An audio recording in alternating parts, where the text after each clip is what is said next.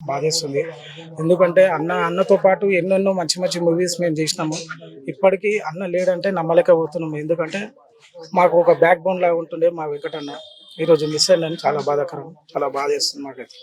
గత 2-3 ఇయర్స్ నుంచి ఆయన డయాలసిస్ కోసం చాలా బాధపడ్డాడు. చాలా నరకం అనుభవించిండు. కానీ ఇవాళ డేట్లో అన్న ఉండుంటే చాలా హ్యాపీగా ఉంటుంది. ఎందుకంటే తెలుగు ఫిలిం ఇండస్ట్రీలో తెలంగాణ స్లాంగ్ అంటేనే ఫిష్ వెంకట్ అనేది బ్రాండ్. ఆయన లేడనేది చాలా బాధాకరమైన విషయం. సపోర్ట్ అంటే ఏమో తెలిసిందో తెలియలేదో తెలియదు కానీ సపోర్ట్ చేసేవాళ్ళు అవునవును స్పందన రాలేదు. ఏమో మాకు కూడా అంత ఐడియా లేదు ఇండస్ట్రీ నుంచి మరి ఏందనేది మాకు తెలీదు. కొంతమంది అయితే మన అవునవును ఏమన్నా అది మనకు తెలియదు వాళ్ళకి తెలుసు లేదన్నా. మన ఎవరు దిల్ రాజు సార్ వాళ్ళు వచ్చి అప్రోచ్ అయ్యారంట. మరి ఏం మాట్లాడారో తెలియదు. వాళ్ళ ఫ్యామిలీతో approach అయ్యారంట. Dil Raju sir approach అయ్యి మాట్లాడారు. అలాగే మళ్ళా ఎవరు విశ్వక్సేన్ గారు, మినిస్టర్లు చాలా మంది వచ్చి ఆయన ఏమన్నారంటే హాస్పిటల్ తీసుకెళ్ళండి, మొత్తం గవర్నమెంట్ నుంచి మేము చూస్తాము అది ఇది అని చెప్పారు. బాగానే మాట్లాడారు, అందరూ మంచిగా చూసుకున్నారు. కాకపోతే అన్న బాడీ సహకరించలేదు. మెయిన్ అది అన్న ఇలా సోషల్ మీడియాలో తొందరగా స్పందించుంటే బతికేవాడని ఫ్యాన్స్ చెప్తున్నారు. అవును అదైతే వాస్తవం, కానీ కాకపోతే కొద్దిగా ఏదో ప్రాబ్లం అయింది. మరి ఏమైందో తెలిసలేదు. ఇండస్ట్రీ నుంచి కూడా కొంతమంది అయితే చాలా మంది స్పందించారు, వచ్చారు, హెల్ప్ చేసారు చాలా మంది.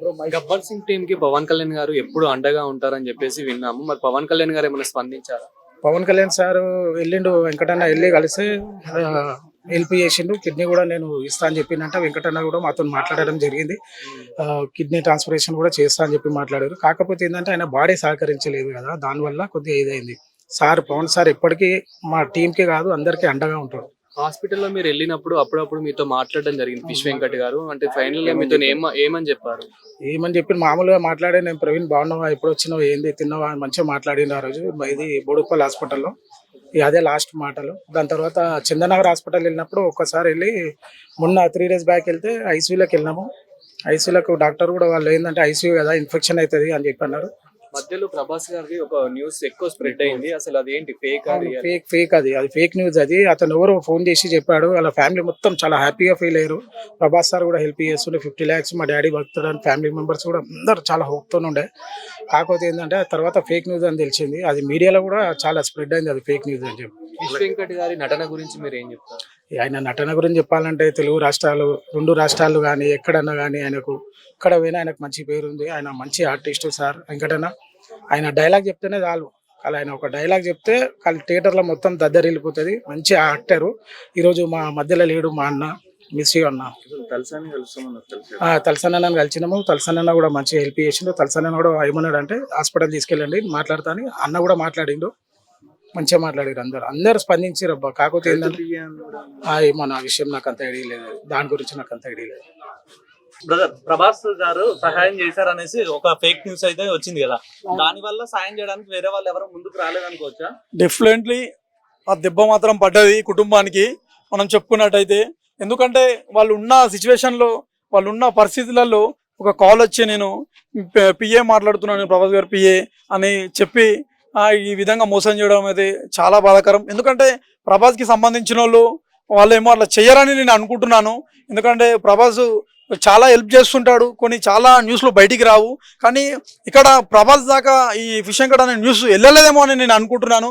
కానీ ఇప్పటికైనా ప్రభాస్ గారికి ఇది అన్న చనిపోయిందని ఈ వార్త కూడా తెలిసి ఉంటే ఈ కుటుంబానికి ప్రభాస్ గారు అండగా ఉండాలని చెప్పి కూడా నేను కోరుకుంటున్నాను.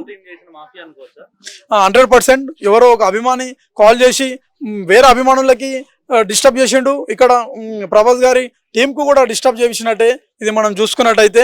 కానీ దీనివల్ల కూడా వీళ్ళకి డబ్బులు వేసేటోళ్ళు కూడా వేయలేరు. ఎందుకంటే ఆల్రెడీ అమౌంట్ ఇచ్చాడు 50 లక్షలు, మన అమౌంట్ ఏం సరిపోతుందని కూడా కొంతమంది ఆగిపోయారు. అది కూడా కొద్దిగా దెబ్బ పడ్డదని కూడా చెప్పదలుచుకుంటున్నాను. గబ్బర్ సింగ్ టీమ్ కి పవన్ కళ్యాణ్ గారు ఎప్పుడు అండగా ఉంటారు కదా, మరి పవన్ కళ్యాణ్ గారు ఏమైనా సాయం చేశారా? ఒక 7 నెలల కింద ఫిష్ వెంకట్ అన్న పరిస్థితి బాగాలేదని చెప్పేసి కూడా పవన్ కళ్యాణ్ గారి దృష్టికి వెళ్ళడం జరిగింది. అప్పుడు అన్న ఆర్థిక పరిస్థితి బాగాలేక అన్న ఇంట్లో ఉండే. ఫిష్ వెంకట్ అన్న అప్పుడు హాస్పిటల్ అడ్మిట్ కాలేడన్న. అప్పుడు పవన్ కళ్యాణ్ గారు 2 లక్షల రూపాయలు ఫిష్ వెంకట్ అన్నకి పంపించడం జరిగింది. తర్వాత 7-8 నెలల తర్వాత మొన్న అన్నకి బాగా పరిస్థితి ఇబ్బంది ఉండి అన్నకి కిడ్నీలు పాడే అన్న హాస్పిటల్ అడ్మిట్ అయ్యాడు. కానీ ఈ విషయం మరి ఇప్పుడు హాస్పిటల్ ఉన్నది సంగతి పవన్ కళ్యాణ్ గారికి దృష్టికి వచ్చిందో లేదో తెలియదు. ఎందుకంటే ఆంధ్రప్రదేశ్ రాష్ట్రంలో డిప్యూటీ సీఎంగా ఎన్నో బాధ్యతలు తీసుకొని కొద్దిగా బిజీ షెడ్యూల్లో ఉన్నాడు. కానీ అతనికి కూడా పవన్ కళ్యాణ్ గారు కూడా తెలిస్తే ఇంకా ఏమైనా సాయం చేసి కుటుంబానికి కూడా అండగా ఉంటాడేమో అని చెప్పి కూడా నేను ఆశిస్తున్నాను. అండగా ఉండాలని చెప్పి కూడా నేను కోరుకుంటున్నాను. అలాగే కవిత పిఏ ఫోన్ చేశారని చెప్పారు. అది కూడా ఫేక్ న్యూస్ అండి. ప్రభాస్ గారిది ఎట్లా ఫేక్ న్యూసో కవిత పిఏ గారు అని చెప్పి కూడా కాల్ చేసింది, అది కూడా ఫేక్ న్యూస్. ఈ ఫేక్ న్యూస్ వల్ల వాళ్ళకి చాలా ఇబ్బంది అయింది.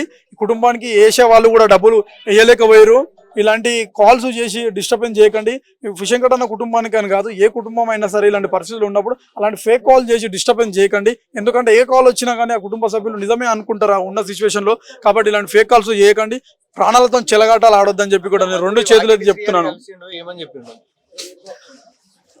అన్న భరోసా ఇవ్వడం జరిగింది. అన్న నిమ్స్ హాస్పిటల్లో ఏమన్నా ట్రీట్మెంట్ ఉంటే మేము చూసుకుంటాం ప్రభుత్వం తరఫున, కానీ అక్కడికి వెళ్ళమని చెప్పడం జరిగింది.